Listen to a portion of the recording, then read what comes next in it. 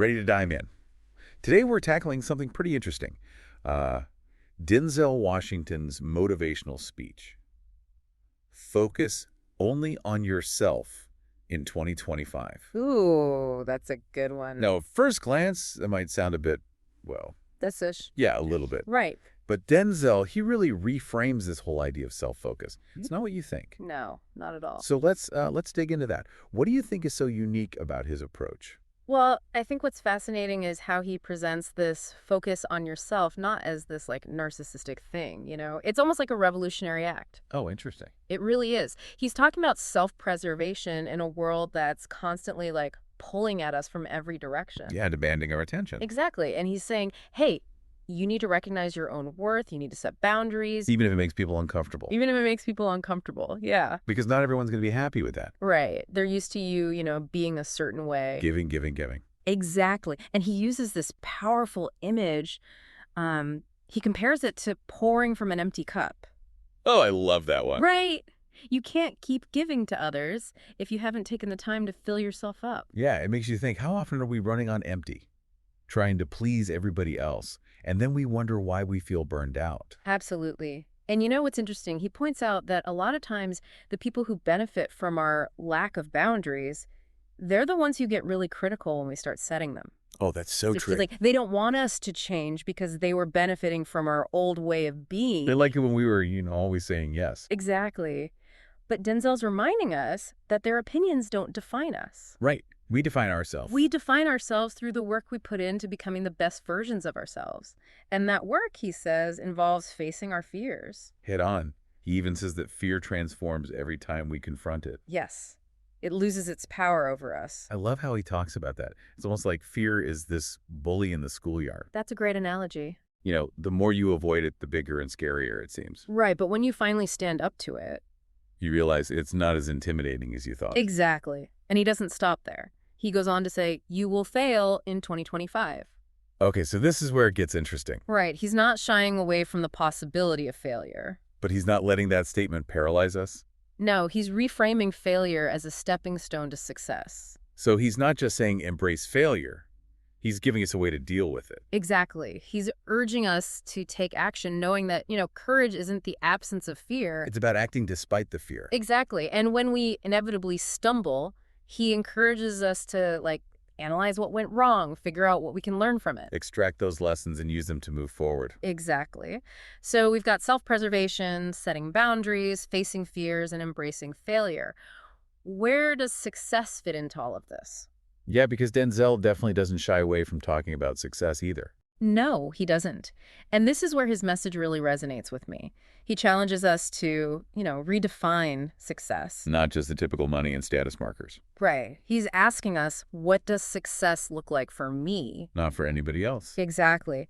He argues that true success is about aligning our actions with our values, finding fulfillment in pursuing our own unique purpose. Not chasing someone else's definition of success. It's about crafting our own definition. I like that. Crafting our own definition. So it's very personal. Very personal. And he acknowledges that this can be challenging, especially with all the messages we're bombarded with about what we should be doing. Right, like society's expectations. Exactly. He reminds us that, as we focus on ourselves, the crowd around us might thin out a little bit. He says some people won't get it. Yeah, they won't get it. But is that necessarily a bad thing?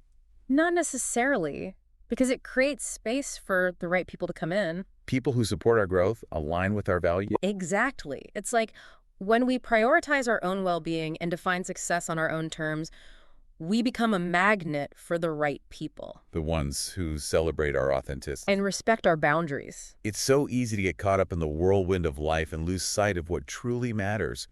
But Denzel reminds us that we have the power to choose where we focus our energy, right? Absolutely. To cultivate gratitude for what we have. And to actively manage our energy. He even describes gratitude as like a fuel. Yes. It powers our entire journey. So it's not just about feeling thankful. It's about letting that gratitude drive us forward. To keep striving, to keep growing. So he's not just talking about positive thinking. No, it's deeper than that. It's about recognizing and appreciating what we have, even amidst the challenges. And using that as a foundation for growth. Okay, so we've talked about gratitude, we've talked about success, we've talked about fear. What about letting go? Yeah. Yes, that's another crucial aspect of his message, letting go of what no longer serves us. It's about letting go of those things that are holding us back.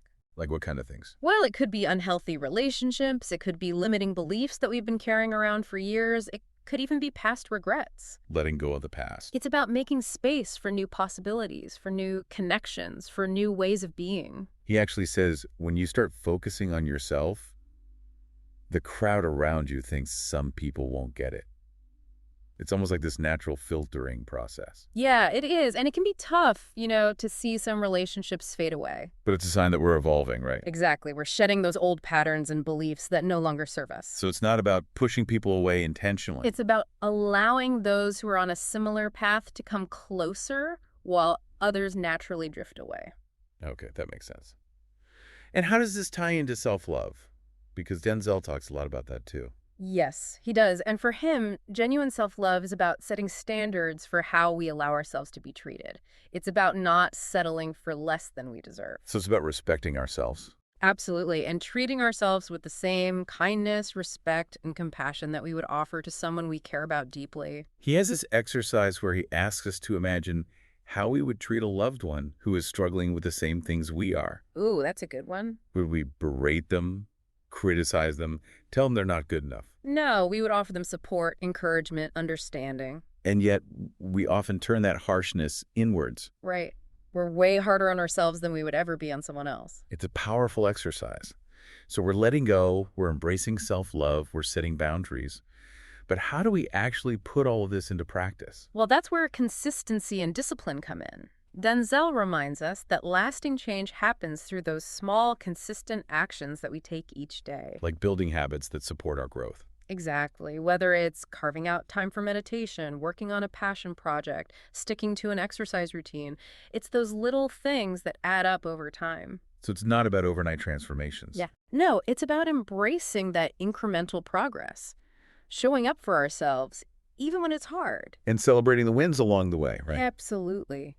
Acknowledging our progress, giving ourselves credit for the effort, finding joy in the journey. He says, the habits we build this year will shape who we become in the years ahead. I love that quote. It reminds us that the choices we make today have a ripple effect on our future selves. Powerful stuff. And he acknowledges that personal growth isn't always a smooth ride. No, there will be setbacks, there will be challenges. Moments of doubt. But in those moments, that's when we need to tap into our resilience. Learn from those mistakes and keep moving forward. He even encourages us to replace self-criticism with self-compassion. Yes. Be kind to ourselves. Recognize that we're all works in progress. Offer ourselves the same grace and understanding that we would extend to a friend. That's like he's saying the world's tough enough. Right. We don't need to be tough on ourselves, too. What I find really compelling is how he connects this inner work to our impact on the world around us. It's not just about us. He's saying that when we prioritize our own well-being and growth, it creates this ripple effect that inspires others. We become living examples of what's possible. It's like, hey, I'm working on myself, I'm growing, I'm evolving, and you can too. Exactly. It gives others permission to do the same. And he talks about energy management, which I think is so crucial in today's world. Oh, absolutely. Our energy is a precious resource. And we need to protect it, direct it wisely. He even calls self-care an act of rebellion. Against a world that's constantly trying to pull us in a million different directions. It's about saying, no, I'm going to prioritize my own well-being. And he frames it as this act of defiance, like we're taking back our power. Reclaiming our time and energy. Investing it in ways that nourish our souls and fuel our passion. It's not selfish. It's self-care. And it allows us to show up more fully for others. To make a more meaningful contribution to the world. So we've talked about letting go, self-love, consistency, energy management. What about dreams and action? Ah, yes. That's another big piece of Denzel's message. He's all about dreaming big and taking action towards those dreams. He's not just saying dream big, though. He's challenging us to stop waiting. Waiting for the perfect moment. Or waiting for permission. He's saying start now. With what you have. Trust that the path will unfold as you take those first steps. It's a call to embrace imperfection. To step outside of our comfort zones. And trust that we have everything we need within us to create those extraordinary lives. And you know what? He actually suggests that this journey of self-focus can transform our relationships. Oh, absolutely. He says when we prioritize our own well-being and growth, we attract the right people into our lives. The ones who appreciate our authenticity, who respect our boundaries, who support our journey, And we don't have to settle for relationships that drain us. or dim our light. We have the power to choose connections that nourish us, inspire us, and help us become the best versions of ourselves. And he acknowledges that some relationships might fall away as we evolve, and that's okay. It's a natural part of growth and change. Not everyone is meant to walk beside us for our entire journey. Some are temporary companions, others are in it for the long haul. And as we focus on ourselves, we become more attuned to those relationships that truly matter. The ones that support our highest good and bring joy and meaning to our lives. You know, it's amazing how Denzel brings all these ideas together, right? It is. It's really a lot to unpack. Like self-preservation and setting boundaries and even facing those fears head on. And then, of course, embracing failure and defining success on our own terms. Yeah, it's all interconnected. What really hit home for me was that idea of self-care as an act of rebellion. Oh, yeah, that was a good one. In a world that's constantly demanding our attention, Yeah, it's like he's giving us permission to put ourselves first to say no to the things that drain us. and make space for the things that actually matter. We don't have to be on all the time. Right. We're allowed to rest, to recharge. To take care of ourselves so we can show up fully for others. Exactly. Denzel reminds us that focusing on ourselves doesn't mean we can't make a difference in the world. In fact, it's quite the opposite. When we take care of ourselves, we become a source of inspiration for others. And he talks about gratitude, too. Not just as a feeling, but as a driving force. Yeah, he describes it as fuel for the journey. It helps us stay focused, motivated, even when things get tough. It's about appreciating what we have, even amidst the challenges. And using that as a foundation for growth. And of course, he acknowledges that this journey of self-focus isn't always easy. No, it takes effort, discipline, resilience. There will be times when we want to give up, when we doubt ourselves, But he encourages us to embrace those challenges to learn from our mistakes. and keep moving forward. You know, personal growth isn't a straight line, It's more like a winding path, with ups and downs. twists and turns, But the key is to keep showing up for ourselves, even when it's hard, and to celebrate those wins along the way. no matter how small they may seem. It's about recognizing that every step forward is a victory. Every act of courage, every moment of self-compassion, it all counts. So what we're taking away from this deep dive with Denzel is that we have the power to shape our own destinies. And to inspire others to live more purposeful lives. And as we wrap things up, we want to leave you with this question.